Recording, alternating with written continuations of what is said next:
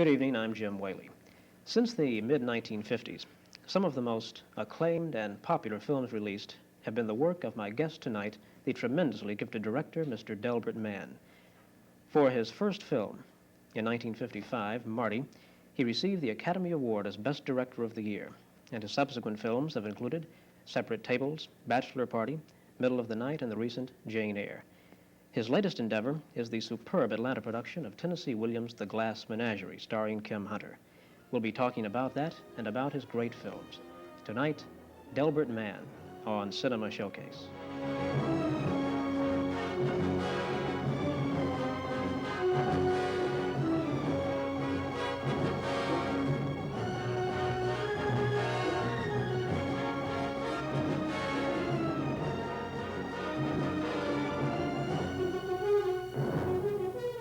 Thank you very much for joining me tonight, and Mr. Mann, I want to welcome you to Cinema Showcase. Thank you. Delighted to be here. Let me first tell you how memorable I thought the Glass Menagerie was. It's a truly impressive evening at the theater, a great production all the way around.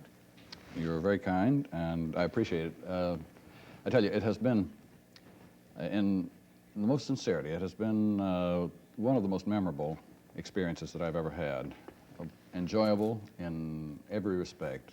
A great cast that was provided by David Bishop, the managing director of the theater, of the most responsive, wonderful actors, and we have had an absolute ball in putting the show together. It's been marvelous kind of freedom for creative work and experimenting and enjoying the doing of it. Yeah. What first drew you to The Glass Menagerie? It has, for a long time, been one of my favorite plays. I think, without question, it is one of the great plays of the American theater, probably one of the two or three best that has been written in this century. I saw the original production in New York with Laurette Taylor. I did one of the first amateur productions ever done of The Glass Menagerie when I was directing community theater many years ago. So it's a play that has been very close to my heart. And when Mr. Bishop said, would you like to? I didn't take more than 3 seconds to say, yes, I would like to. It's so rich. It's such a marvelous play. Yeah, that does seem to be one of the things that people talk about most with Williams. You're speaking of the rich dialogue, I suppose. And the richness in every way, richness of language and character, the depth of the characters. It's a very difficult play to do at any time, to do it in a period of 2 weeks rehearsal. We feel at this point we're only just beginning. Yeah.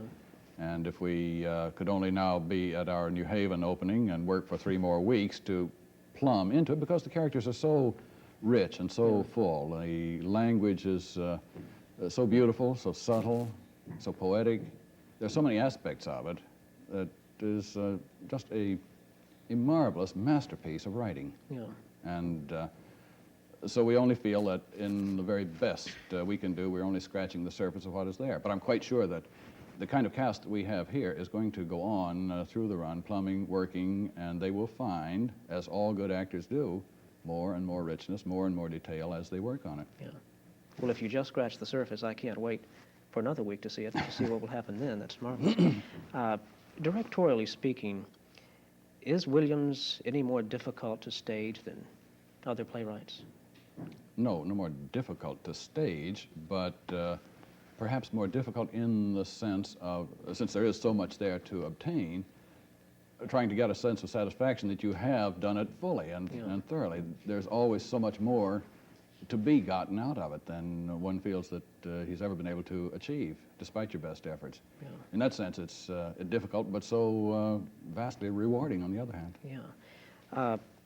I think maybe you would agree that Williams' peak, at least in terms of productivity, was the decade 45 to 55, and this is when he wrote his masterpieces.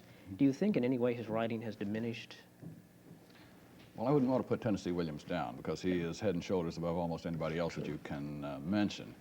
I clearly think The Glass Menagerie is his best play, and Streetcar it runs at a very, very close second. There are other awfully good plays, Summer and Smoke and others that have been done. But yes, I agree with you. I think his very best writing came in that early period, which was not for him an early period at all. He had been writing for a long time. Right. And there were many sketches that led to the finished product, Glass Menagerie. But his work somehow at that point, I think, reached a peak. But who knows what may come forth, at any given moment. He's still working. He's still creating. He may come forth with something great. I don't put him down at all for the fact that he never has achieved the pinnacle that he climbed at that particular moment. Well, that's interesting. I was talking a while back with Eva Marie Saint and Jeffrey Hayden, who did Summer and Smoke, and they were both of the opinion that Williams' greatest writing is ahead of him. That could well be. Yeah. That could well be. I couldn't comment on that. I have not liked, personally, the subjects and the things that he has been dealing with in his recent years, but I just know the richness of the talent is there, and that it could very well be that they are right. I would hope so. You know, someone said that the intimacy of Williams' characters are such that they belong on the stage. In other words, that they should not be filmed. Personally, I don't agree. I mean, I think there have been some marvelous films made from Williams' plays. How do you Streetcar feel? particularly. Yeah. A marvelous film. I think almost as good as the stage play. I would say not quite. I simply remember being just overwhelmed by Marlon Brando's performance in that. It was just one of the most stunning evenings in the theater that I have ever experienced. Kim Hunter and all the others of that cast. The film was marvelous. Yes. Deserved all the acclaim that it got. The theatrical version of it moved me more. I think that's true. I think there's something quite special in Tennessee's writing. It's theatrical and very difficult to translate into film terms. How do you find the cinematic equivalent of the sort of stage mastery and wizardry and enchantment that he put into the play The Glass Menagerie? The scrims and the lighting through the scrims and the spotlight effects and the music and all of that. You can't just take that and put it on the screen literally. It doesn't work that way. You've got to find cinematic equivalents of it. What are they? How do you find them? It's always a difficult problem in translating, particularly musicals, I think, to film. But certainly true with a playwright like Williams. You know, I think it's about time that someone refilmed Glass Menagerie. It was filmed, of course, in 49 or 50, I believe, with Jane Wyman. And I don't want to say anything really bad about that film, but it could have been better. You know, you've seen it, I guess. I saw it years ago. Yeah. It has been a very long time, and memory is very dim, but I think it is an illustration of what we were talking about a moment ago, that it is very difficult to put this play on film. And I wouldn't know how to do it. I would not know how to do it any better than was done then. To me, it is a stage piece. I'm sure that if I sat down to puzzle it out, work on it, study it out, and try to find the cinematic terms in which to do it, I could find, hopefully, some things that would work. I would not think that it was a terribly successful film because of the problems involved. No more was the film version of Our Town and various others of some of those great masterpieces of theater. When they are that good on stage, it's hard to make them equally good on film. Exactly. You know, it's very nice when you have something that doesn't quite work on stage, and then you can have all the leeway in the world to do something different and better on film, you hope. Nevertheless, you have been responsible, though, for perhaps more than any other director, taking a great play or TV drama and making it into a great film, perhaps along with Kazan, I should say. And since you have been so successful at this, is there any particular secret to taking a successful play or TV drama and translating it into a successful film? I wish I knew what the secret might be. No, there is no secret. You simply have to follow your own instincts, and it's a fine line that has to be walked. Now, we faced this in the series of television specials that we have been doing in England recently. Yes. David Copperfield, Heidi, Jane Eyre, Kidnapped, which was released theatrically. To follow just that fine line of how slavishly true one should be to the original material, how much freedom we have to go beyond that and to do take a new approach to a piece of material that is a classic or that is well loved and has stature on its own.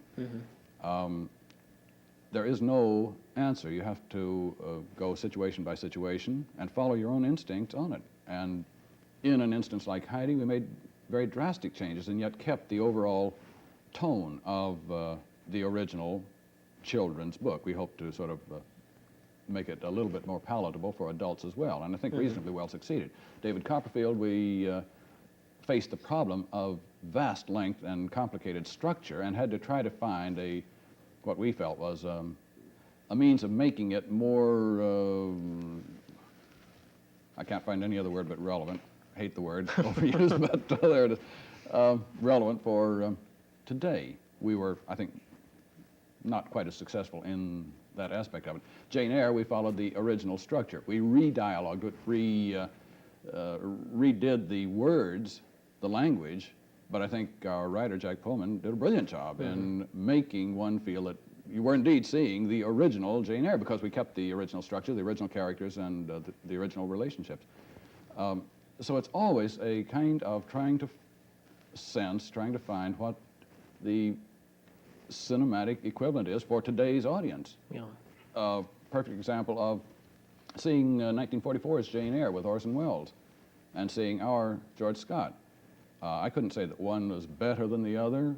They're terribly, terribly different and done for totally different audiences and different styles, and people expect so much, not more, but different things from cinema today than they did in '44. Yeah. That you have to try to, hopefully, do your best to do the work for today's audience and yet retain the essence of the truth of the original piece of material. Yeah. You know, one of the, in line with this, one of the major problems seemingly in filming a play is, quote, opening it up.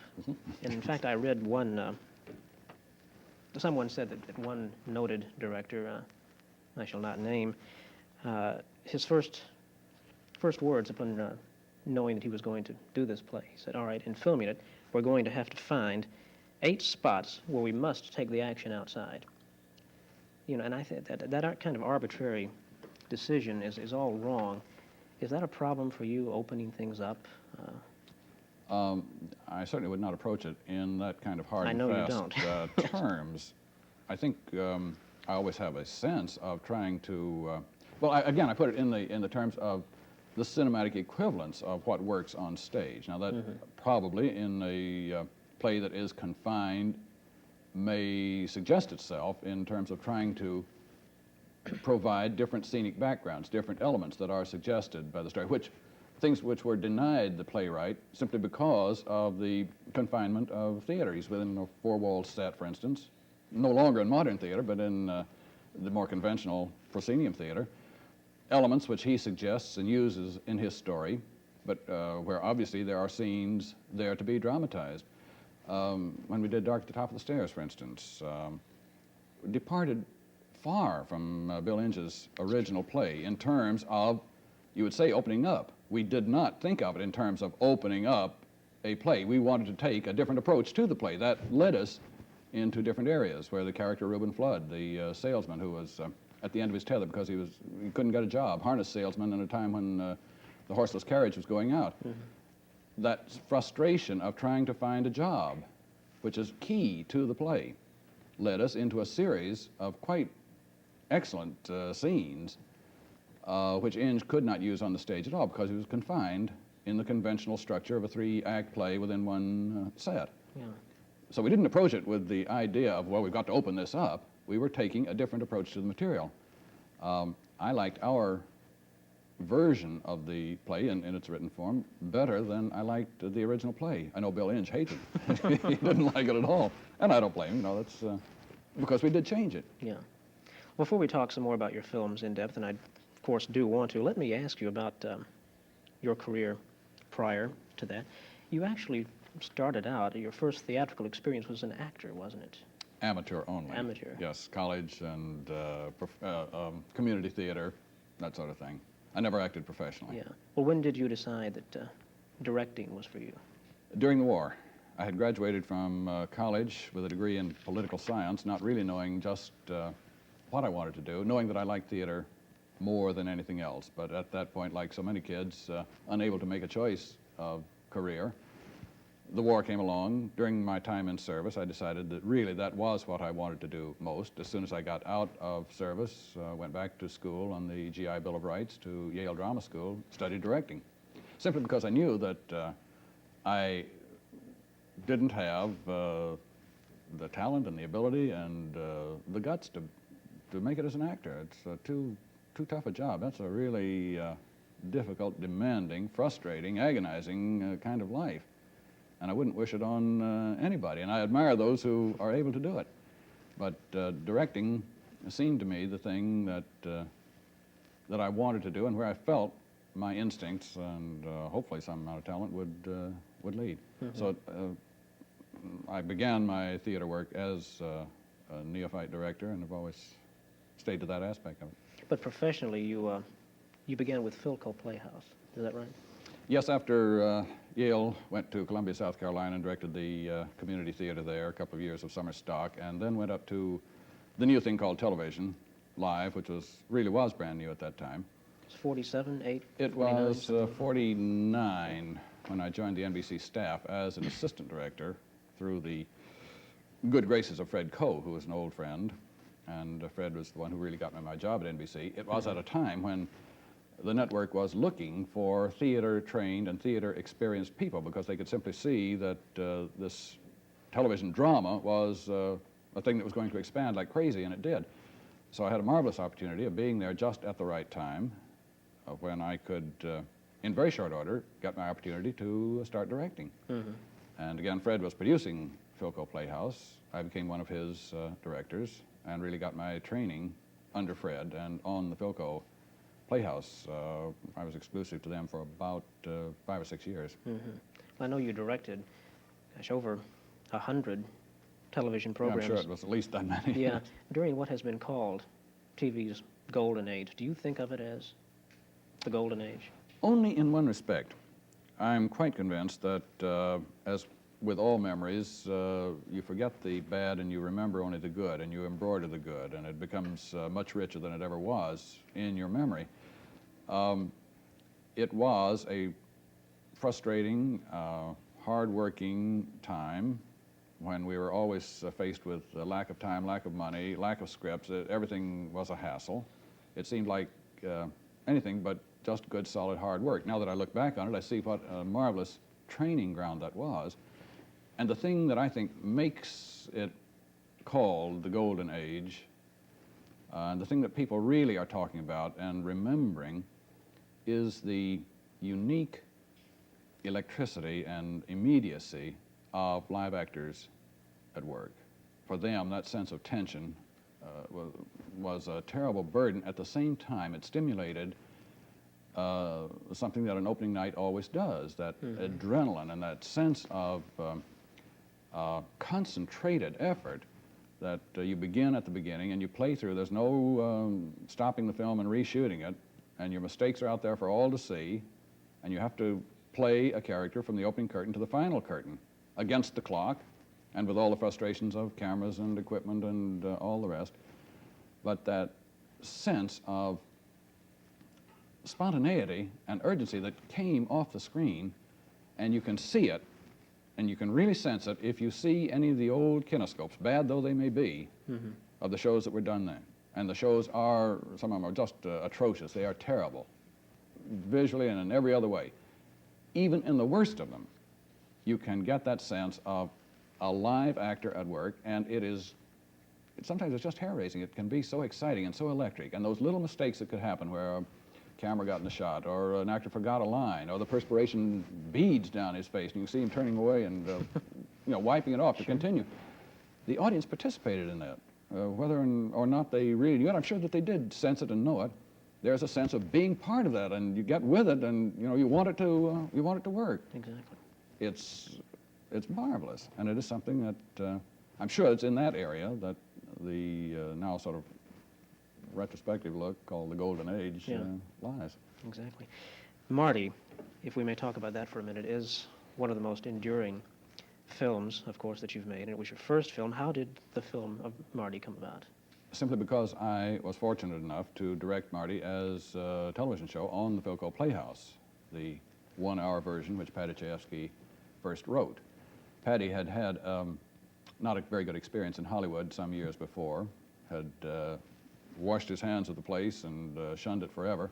When Marty was as well received as it was on television, Harold Hecht producer partner of Burt Lancaster, I think sort of identified with the character, being a Bronx boy himself, and he liked the show and decided that he wanted to do it as a film. Against all opposition and all advice, he wanted to do it. And Burt said, yes, let's go along. But they could only do it for a very, very low cost. When Patty sold the rights to Heck Lancaster, he was the one who insisted that I come along as the director, although I had never been on a film set in my life, simply because Patty and I worked well together, and he wanted somebody to help him protect his baby against the Hollywood Philistines who might do damage to it. It was such a low-budget production, and Heck Lancaster was not going to lose their shirt if it didn't work, that they could take a gamble, and Harold agreed for me to come along as the director. And the producers really didn't give it a big publicity push until they did. They did. They did. It was a marvelous campaign conducted by Walter Seltzer, who was working for Heck Lancaster at the time. I think it had a great deal to do with the success of Marty, and I'm also sure that one of the elements in its success was the fact that it was the first show to come from television. It was the first of that kind of small, personal story, the Patty Chayefsky type of a thing, J.P. Miller and Tad Moselle and Horton Foote, those writers. The thing that television really did the best. It was the first one to go to the cinema screen. If it had come along 3 or 4 years later, when other shows had sort of broken the barrier and been the ones who were fortunate enough to make the impact, I don't think Marty would have been received nearly as spectacularly as it was. But I do think, without any question, that the publicity campaign, which was very clever, and they put a lot of money into it, helped it enormously, and did call it to people's attention. Yeah. Well, I don't know where I got the idea then that they didn't... They did. At any rate, of Marty and several other films, Bachelor Party and Middle of the Night, one critic commented that at the basic core of each of these, it shows average people at important times in their lives. Do you think this is a valid... Very, very on the nose. Because, again, that was what television found it could do the most effectively. Obviously, in the limited budget and limited space that in which live television operated, you couldn't do big spectacle things. You couldn't do multi-cast things. Some spectaculars were tried and worked reasonably well, but the thing that really worked, because of the small screen coming into the home, a few audience, small audience, individuals watching, was the intimate story, and it kind of focused down on what became kitchen sink kind of drama. But when those shows did work, as with Marty and with Bachelor Party, and some of Rod Serling's scripts and others did the same thing, that was exactly what it was. Small people, ordinary people, in some kind of emotional or physical crisis. Even the physical was not the thing as much as mental or emotional moments, which the television camera could get right in there with big close-ups and that kind of intimacy of staging, and probe and expose to best advantage. J.P. Miller and Tad Moselle and Horton Foote just did marvelous work, along with Patty, in that kind of drama. And I think that's a very apt analysis of it. When we put those same shows on screen, we attempted to keep the same basic approach. It was the same story. We did, as we said, open it up a little bit, but the intent was the same kind of strong, intimate probing of small people at moments of crisis, emotional crisis. As much as I admire Marty, I must confess that I find another of your films, if not greater, at least more cinematically satisfying, and that's Separate Tables, which I think is a masterpiece. Do you personally? Tables is one that is rather close to my heart, and I have fond memories of it. It was another one of those scripts that I turned down when the job was first offered to me. Harold called me just after we had finished Bachelor Party, and I felt that they needed an English director, and that it should be done in England and with an English cast. And he said, no, we're going to try to do the best we can to obtain an English atmosphere where you're opening the show up in terms of getting a couple of American actors into it. I think that it should be an American director. And I said, well, all right, I'll read it and let's talk. I love to play on stage. The theatricality, here again, goes back to what we were talking about, the theatricality of the two actors playing double roles, so contrasting. Eric Portman and Margaret Leighton playing two roles apiece. And I couldn't see how you could turn that into cinema. That kind of theatrical trickery, which worked so well on stage, I thought would be affected and not affecting on the screen. Harold agreed, and we had an enormous problem. It took about a year to write that script, and about 8 or 10 complete rewrites to finally find a way for those two stories to be interwoven, and where one began and the other left off, and you'd drop one story and pick up the other, and then how to bring them all together in what on the stage was two one-act plays entirely separate. It was, like the Glass Menagerie here in Atlanta, in my memory, a good experience simply because we had 3 weeks to rehearse it, and it was a good cast, and we had Great cast. We had a marvelous time of that kind of. That's the best creative atmosphere when a director can sit down with a good cast and a good script, and then you can start to work and try to probe it and find it. And that's what you cannot do in films. You just don't have the opportunity to rehearse. And again, Menagerie has sort of re-stimulated me in a lot of ways, just for the sheer enjoyment of that aspect of work. Yeah. You know, I can't imagine a more cinematic treatment of a play than Separate Tables was. And yet it was very confined. We didn't open it up at all. Yeah. We never got outside the Beauregard Hotel except just on the terrace and down by the seafront. There was no opening up. Now, as a matter of fact, we did send a second unit to Bournemouth, and we did do some opening shots with second unit and doubles along the beach and showing the town and showing the houses, just in the interest of opening it up visually. And we put it into the picture and looked at it one time and took it right out and said, it doesn't work. The picture does not require, does not want, and is hurt by just opening it up for opening it up's sake. Yeah. Well, regrettably, our time is up for tonight. I want to thank you very much for being here. It's been a very pleasurable session. Thank you all very much. Join me next time. Good night.